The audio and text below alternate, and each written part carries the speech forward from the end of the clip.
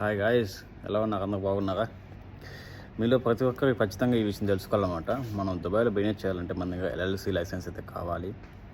మనకి ఇండియాలో ఏదైతే మనం వస్తువులు అమ్ముతావో అదే వస్తువులు ఇక్కడ అమ్మడానికి మనకి ఆప్షన్ ఉంటుందన్నమాట. అయితే మనం అనుకుంటాం కదా, మనకి ఇండియాలో చేస్తేనే బిజినెస్ అంత లాభం వస్తుంది, మనకి ఇక్కడ చేస్తే దిరామ్స్ లెక్క డాలర్స్ లెక్క మనకి డబ్బులు వచ్చే అవకాశం ఉంది కదా. అలా అని చెప్పేసి ఇక్కడ మూవ్ అయ్యేదానికి, ఇక్కడ స్విచ్ అయ్యేదానికి చూస్తారన్నమాట. బిజినెస్ ఎక్స్పాండ్ చేయడానికి చూస్తారన్నమాట, ఒక బ్రాంచ్ లాగా. ఇక్కడ మీరు బిజినెస్ చేస్తే ట్యాక్స్ ఫ్రీ అనమాట. ట్యాక్స్ కట్టాలి అవసరం లేదు, మీరు అంతా డబ్బులు వచ్చేస్తారో మీకు అలా ఉంటుంది అనమాట. అదే కాకుండా మీకు ఏదైనా చిన్న కొట్లు ఉంటాయి కదా, టీ, సమోసా, ఇంకా కిలోమీటర్ అమ్ముతాం కదా, వాటికైతే మనకు ఎల్ఎల్సి లైసెన్స్ అవసరం లేదు. అదేంటి చిన్నదనమాట, మనం మామూలుగా వచ్చి చేసేసుకోవచ్చు.